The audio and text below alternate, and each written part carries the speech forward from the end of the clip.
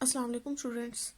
आज के लेक्चर में हम लीनियर कॉन्ग्रुएंस को स्टडी करेंगे और उससे रिलेटेड कुछ एग्जांपल सॉल्व करेंगे। लीनियर कॉन्ग्रुएंस क्या होती है?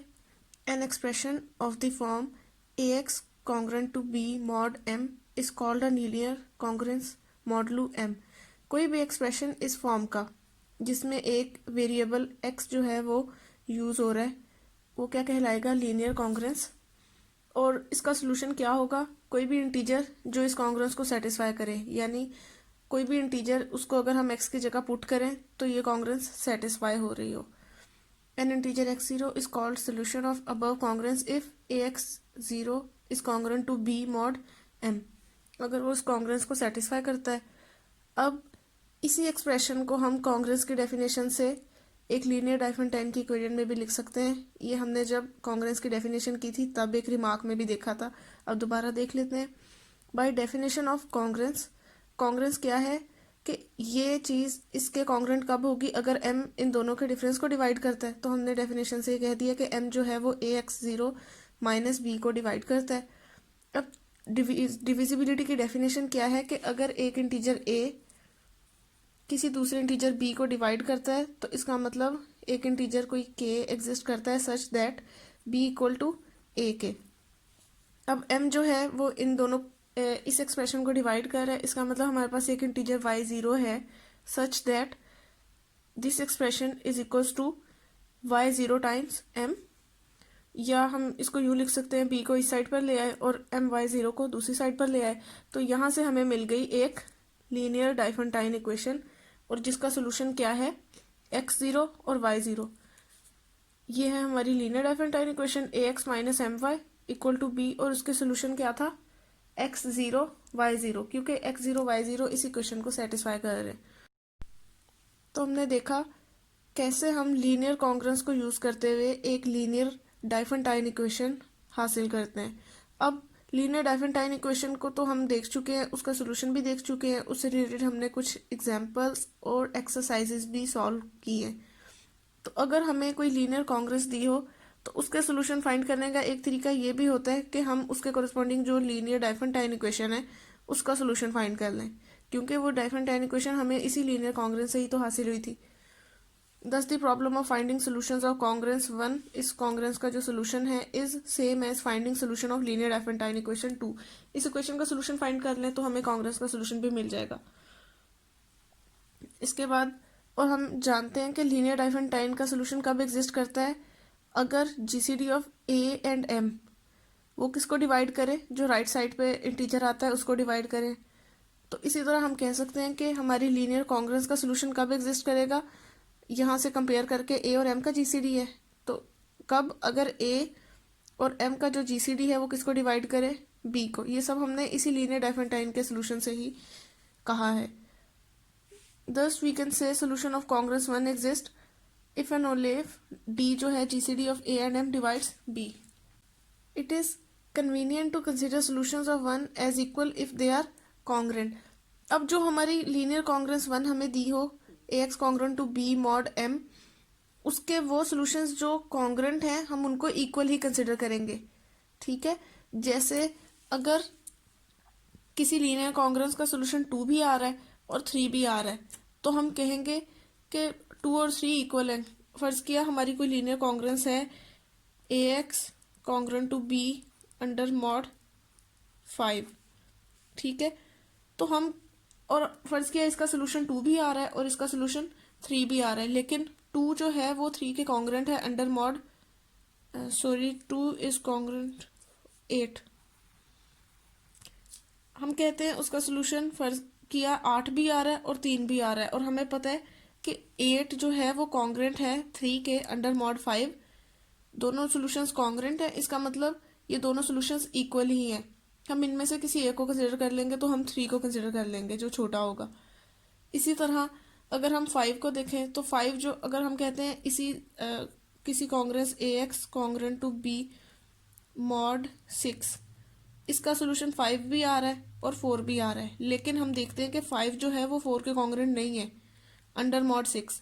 ठीक है, इसलिए हम इन दोनों सॉल्यूशंस को इक्वल कंसिडर नहीं करेंगे, ये हमारे अलग सॉल्यूशंस होंगे। इन दोनों सॉल्यूशंस को हमें मेंशन करना पड़ेगा कि हमारी इस गिवन कांग्रेस के ये सॉल्यूशंस हैं। फॉर एग्जांपल इसी तरह ये एग्जांपल है the congruence 3x congruent to 9 mod 12। हमारे पास ये लीनियर कांग्रेंस है, इसका सोल्यूशन 3 भी है और -9 भी है, क्योंकि अगर हम x की जगह 3 पुट करें तो वो इस गिवन कांग्रेस को सेटिस्फाई करता है। ये कांग्रेस उस वैल्यू के लिए ट्रू है। कैसे? x की जगह 3 डाला तो 3 इंटू 3 9, और 9 इज कॉन्ग्रेंट टू 9 mod 12। कोई भी नंबर अपने कॉन्ग्रेंट होता है या मॉडलू एनी नंबर, ये हमने कांग्रेस की फर्स्ट प्रॉपर्टी देखी थी, रिफ्लेक्सिव प्रॉपर्टी। इसी तरह अगर हम x की जगह -9 पुट करके देखें तो क्या वैल्यू आ जाएगी यहाँ? -27, और -27 भी 9 के is congruent to 9 under mod 12, क्योंकि -27 -9 किसके इक्वल आता है? -36, और 12 जो है वो -36 को डिवाइड कर रहे हैं। इसका मतलब हमारी कांग्रेस ट्रू है for value of x equal to -9। इसका मतलब 3 और -9 इस कांग्रेस के सोल्यूशंस हैं, लेकिन 3 और -9 जो है वो कॉन्ग्रेंट है under mod 12। Since 3 is congruent to -9 under mod 12, क्योंकि जो 12 है इन दोनों के डिफरेंस को डिवाइड कर रहा है, इसलिए हम इन दोनों सॉल्यूशंस को इक्वल ही कंसिडर करेंगे। सो दे आर कंसिडर्ड इक्वल। ये दोनों सोल्यूशन इक्वल ही हैं। हम इनमें से किसी एक को मेंशन कर देंगे कि हमारी इस कांग्रेस का ये सोल्यूशन है। Hence whenever we say number of solutions of one, we mean number of incongruent integers satisfying one। अब जब भी हम कहेंगे ना कि हमारी कांग्रेस के इतने सॉल्यूशंस हैं, फर्ज किया हम कहते हैं हमारी कांग्रेस के 10 सॉल्यूशंस हैं, तो इसका मतलब 10 सॉल्यूशंस वो होंगे, 10 वो इंटीजर्स होंगे जो आपस में इनकॉन्ग्रेंट हैं। जैसे हम ये नहीं कह सकते कि इस कांग्रेस के ये 2 सॉल्यूशंस हैं, ये दोनों एक ही हैं, क्योंकि ये दोनों कॉन्ग्रेंट हैं। तो अगर हम कहते हैं 10 सॉल्यूशंस हैं तो वो 10 के 10 इनकॉन्ग्रेंट होंगे, आपस में वो कॉन्ग्रेंट नहीं होंगे। नेक्स्ट थ्योरम, ये जितने भी हम पहले डिस्कशन कर चुके हैं, नेक्स्ट थ्योरम उसी डिस्कशन को फॉलो करते हुए ये थ्योरम है। Let m be a positive integer. m कोई पॉजिटिव इंटीजर है, a और b कोई भी इंटीजर्स हैं, तो हमारी congruence linear congruence ax congruent to b mod m। हमारी लीनियर कांग्रेस का सोल्यूशन कब एग्जिस्ट करेगा? Has a solution if and only if, सिर्फ उस सूरत में अगर GCD of a and m divides b। इन दोनों का जो जीसीडी है वो b को डिवाइड करता है। अगर तो जीसीडी b को डिवाइड नहीं करेगा तो हम कह देंगे हमारी लीनियर कांग्रेस का सोल्यूशन ही एग्जिस्ट नहीं करता। इन केस, और अगर सोल्यूशन एग्जिस्ट करता है, that is in case d divides b, तो फिर हमारी कांग्रेस के कितने सोल्यूशंस होंगे? वो होंगे d, number of solutions d होगा। जैसे हमने लीनियर डाइफेंटाइन इक्वेशन में पढ़ा था कि हमारी linear Diophantine equation ax plus by equal to c has a solution if and only if GCD जो था a और b का वो किसको डिवाइड करता हो? c को। और अगर उसका कोई सोल्यूशन एग्जिस्ट करता है तो वो इनफाइनाइट होते हैं, लेकिन कांग्रेस के केस में हम सिर्फ फाइनाइट सोल्यूशंस ही कंसिडर कर रहे हैं। हमने जो इन कांग्रेस सोल्यूशंस थे उनको इक्वली कंसिडर कर लिया था, और वो फाइनाइट सॉल्यूशंस कितने होंगे? वो जीसीडी के इक्वल होंगे। जितना जीसीडी आ जाएगा उतने नंबर ऑफ सॉल्यूशंस आ जाएंगे। अब हम नेक्स्ट देखते हैं कि अगर हमारे पास कोई एक सोल्यूशन हमारे पास हो तो हम बाकी के सॉल्यूशंस कैसे फाइंड करते हैं, क्योंकि डी उसका जीसीडी है। अगर हमारे पास एक सोल्यूशन है तो उसकी हेल्प से हम बाकी जो d-1 सॉल्यूशंस है वो भी कैलकुलेट कर सकते हैं। वो कैसे कह सकते हैं? If x0 is a particular solution of linear congruence ax congruent to b mod m। अगर हमारे पास एक ये सोल्यूशन हमें मिल जाता है किसी तरीके से, तो हम इसी की हेल्प से बाकी भी कैलकुलेट कर सकते हैं। वो बाकी सोल्यूशंस क्या होंगे? एक तो x0 हमने लिख लिया, बाकी सोल्यूशंस क्या हैं? x0 प्लस m ये वाला ओवर d क्या था? वो जीसीडी था a और b का। d क्या है? GCD of a and m। अगला सोल्यूशन क्या होगा? x0। अब यहाँ 1 टाइम्स m था, नेक्स्ट में हम लिख देंगे 2 टाइम्स m ओवर d। इससे नेक्स्ट क्या हो जाएगा? x0 plus 3 times m over d, यानी हम यहाँ था x0 plus 0 times m over d। अब यहाँ हम m को आगे से आगे मल्टीप्लाई करते जा रहे हैं, तो लास्ट हमारा क्या होगा? अब हमें d सोल्यूशन चाहिए, तो हमने कहाँ तक रुक जाना है? एक तो ये हो गया ना x0 पहला सोल्यूशन। अब d बनाने के लिए हमने कहाँ तक रुक जाना है? d-1 तक। लास्ट क्या हो जाएगा हमारा? x0 plus d minus one times m over d. ठीक है, अगर एक सोल्यूशन हमारे पास x0 है, उसकी हेल्प से हमने बाकी भी सोल्यूशंस लिख लिए। एग्जाम्पल से देखते हैं, आपको ज़्यादा क्लियर हो जाएगा। Solve linear congruence 6x congruent to 15 mod 21। ये हमारी कॉन्ग्रेंस है, हमने इसको सॉल्व करना है। कॉन्ग्रेंस को सॉल्व करने के बेशुमार तरीके, हम वो देखेंगे जो सबसे इजी है और उसको हम इम्प्लीमेंट भी बड़े सिंपल वेज में कर सकते हैं। तो सॉल्यूशन इसका देख लेते हैं।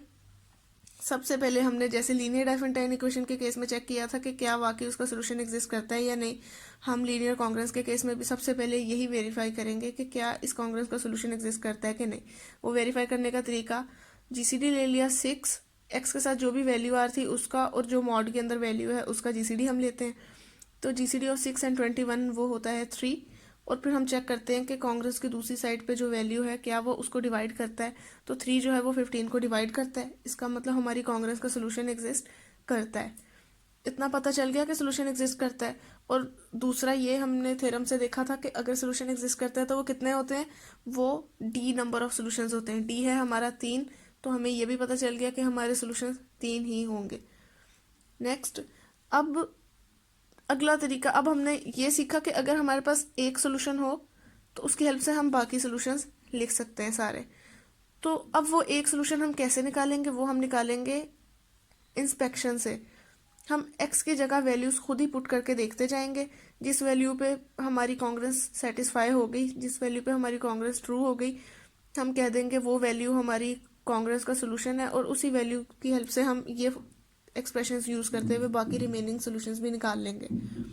अब x की वैल्यू कोई भी हो सकती है, x तो कोई इंटीजर है। हम x की जगह, आप कह सकते हैं कि हम x की जगह कैसे पता चलेगा हमने x की कौन कौन सी वैल्यू पुट करनी है। इंटीजर्स तो इनफाइनाइट नंबर्स में होते हैं। x की जगह हम 100 भी डाल सकते हैं, 2000 भी डाल सकते हैं, 1 लाख भी डाल सकते हैं। तो x की जो पॉसिबल वैल्यूज होंगी वो क्या होंगी, वो 21 से नीचे वाले सारे पॉजिटिव इंटीजर्स होंगे। यानी हमारी x की वैल्यूज हमने कहाँ से कहाँ तक लेनी है। पॉजिटिव इंटीजर्स की बात हो रही है, वो हम लेंगे 0 1 0 1 2 up to so on m तक हमने जाना है। सॉरी, यहाँ होएगा m तक जाना है, तो हमने 20 पे आके स्टॉप कर देना है। इन वैल्यूज के अंदर अंदर हमने x की वैल्यूज पुट करते जाना है और देखना है कहाँ जाके हमारी कांग्रेस जो है वो सेटिस्फाई हो रही है। कोई एक वैल्यू भी मिल गई तो हम लोगों ने आगे जाने की ज़रूरत नहीं, सिंपली हमने इन एक्सप्रेशन में वैल्यू डाल के बाकी की वैल्यूज़ भी कैलकुलेट कर लेनी है। इंस्पेक्शन की हमने सबसे पहले x की वैल्यू 0 पुट की। x की वैल्यू 0 पुट की तो क्या बन गया, 6 टाइम्स 0, 6 टाइम्स 0, और ये कॉन्ग्रेंट टू 15,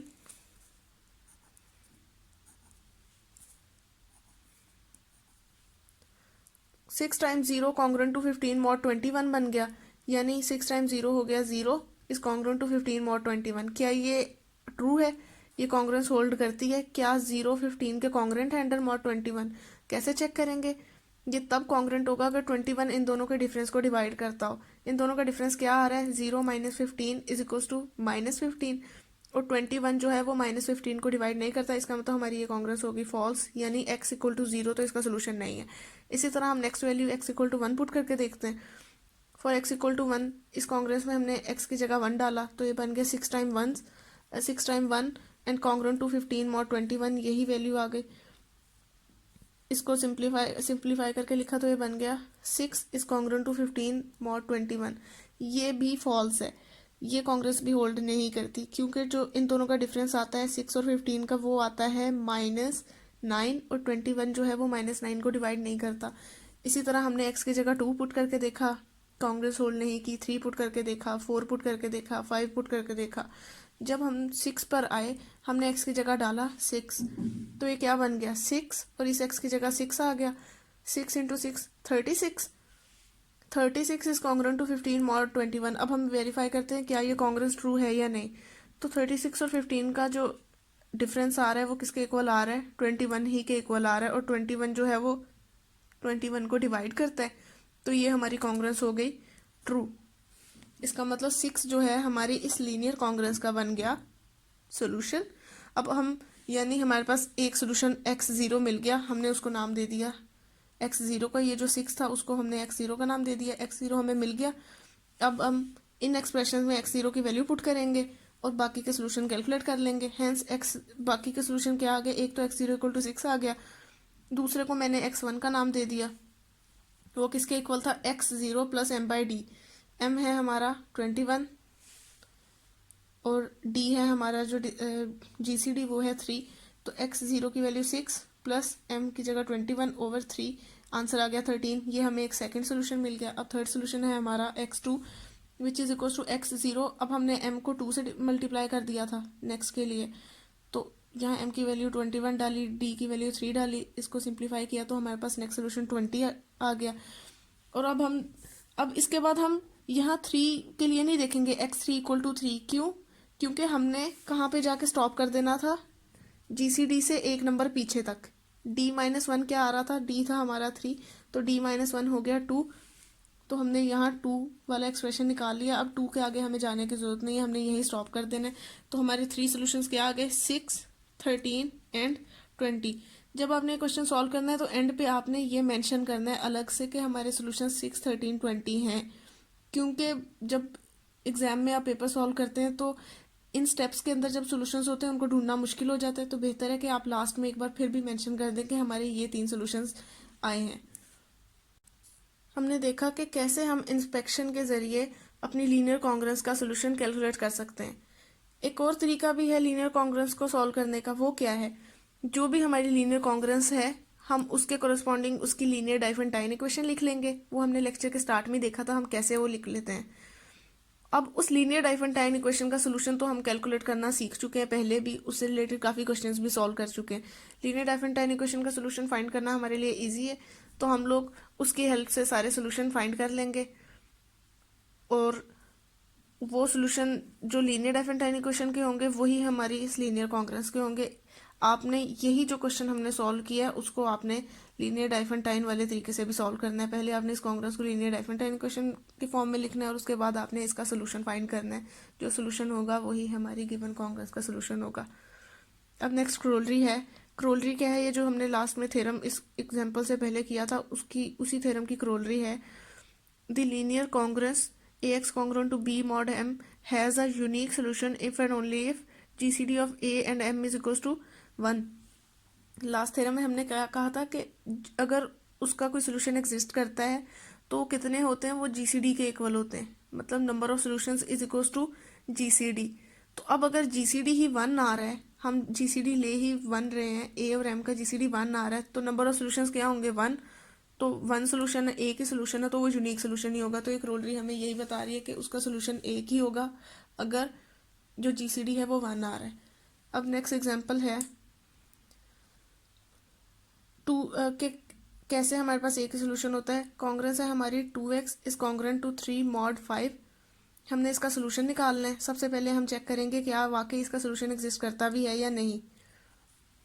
तो GCD ले लिया 2 और 5 का, 2 और 5 का GCD आ गया 1 और 1 जो है वो 3 को डिवाइड कर रहा है, इसका मतलब इसका सोल्यूशन एग्जिस्ट कर रहा है।